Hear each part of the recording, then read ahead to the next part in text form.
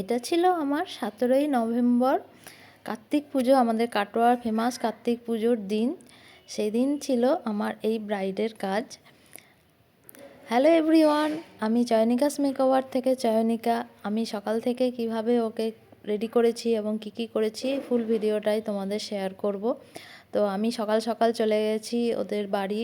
আমার husband scooty করে আমাকে দিয়ে এসেছিলো, যেহেতু এটা কাটোয়ার মধ্যেই ছিল তাই সুবিধা হয়েছিল। তো আমরা ব্রাইডের কাছে সকালবেলায় পৌঁছে গেছি 8টার মধ্যে, যেহেতু ওর সকালে হলদি লুকটা করতে হবে।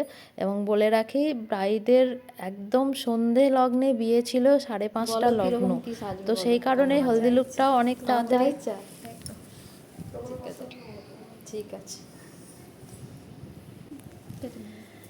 হ্যাঁ, তো সেই কারণে হলদি লুকটা অনেক তাড়াতাড়ি করতে হয়েছে, যেহেতু সন্ধে লগ্নে বিয়ে। আর ব্রাইড টেনশনের জন্য হাসছিল না, তো আমরা জোর করে ওকে হাসাচ্ছিলাম।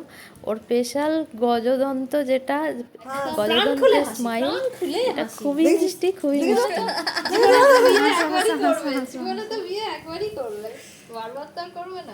হাসি আসছে না, কত টেনশন বাবা।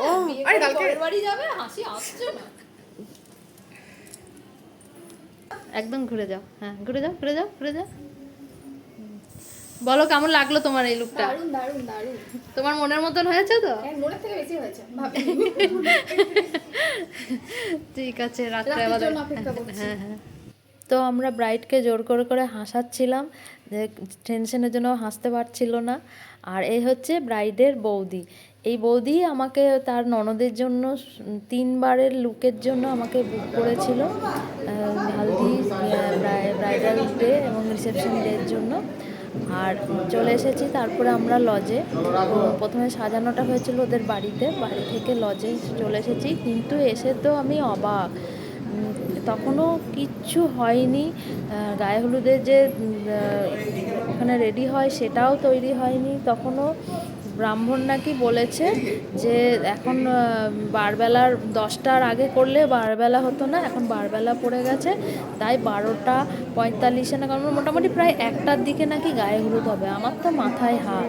হ্যাঁ, আর হ্যাঁ বলে রাখি, ওদের তত্ত্বগুলো ভীষণ সুন্দর ছিল, তাই আমি ওদের তত্ত্বের ভিডিওটা করে নিয়েছি। আর একটা মশলার হাসিটা ভালো করে দাও, ওটা খুবই সুন্দর করেছিল।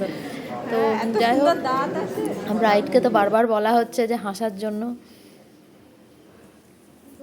ব্রাইড এখন এসে পৌঁছায়নি, এত দেরি হয়ে গেল, এখনো গায়ে হলুদ হচ্ছে। কখন হবে জানি না, এদিকে 5টায় লগ্ন। তা আমি নিজে একটু সেজে নিই। সকাল থেকে এসেছি, 8টার সময় এসেছি, দিয়ে বসে আছি এখনো। তো কি করব, আমরা আবার ওদের বাড়িতে চলে এসেছি। লজটা ছিল ওদের বাড়ির পাশেই, তাই একদম সামনেই মহাকালী লজ। তো সেখানে লজে ওদের রিচুয়ালসগুলো হচ্ছিলো গায়ে হলুদে। ব্রাইড এসে আমার কাছে বসেছে 4:30, আর এদিকে 5:30 লগ্ন। বুঝতে পারছো কি স্পিডে আমাকে ওকে রেডি করতে হয়েছে। এয়ার ব্রাশ মেকআপ ছিল, সেটাতে একটা মিনিমাম টাইম দিতে হয়, মেকআপটাকে বসতে টাইম দিতে হয়।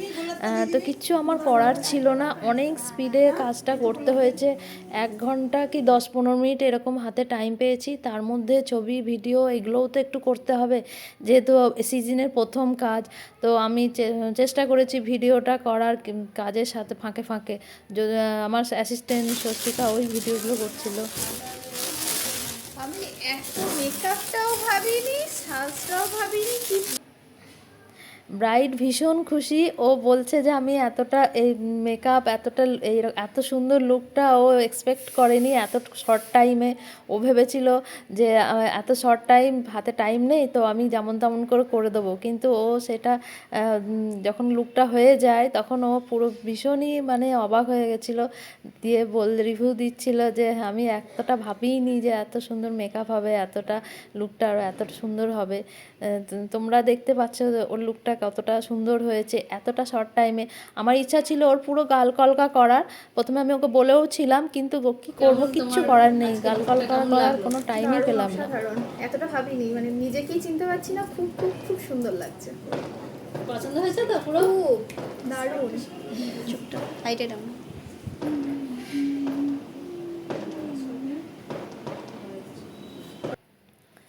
তো এই শর্ট টাইমে ওকে যতটা পেরেছি আমি আমার বেস্ট দেওয়ার চেষ্টা করেছি, কারণ প্রতিটা ব্রাইডের এই আজকের দিনটাই তাদের স্পেশাল দিন এবং সেটা তাদের সারা জীবনের স্মৃতি হয়ে থাকবে।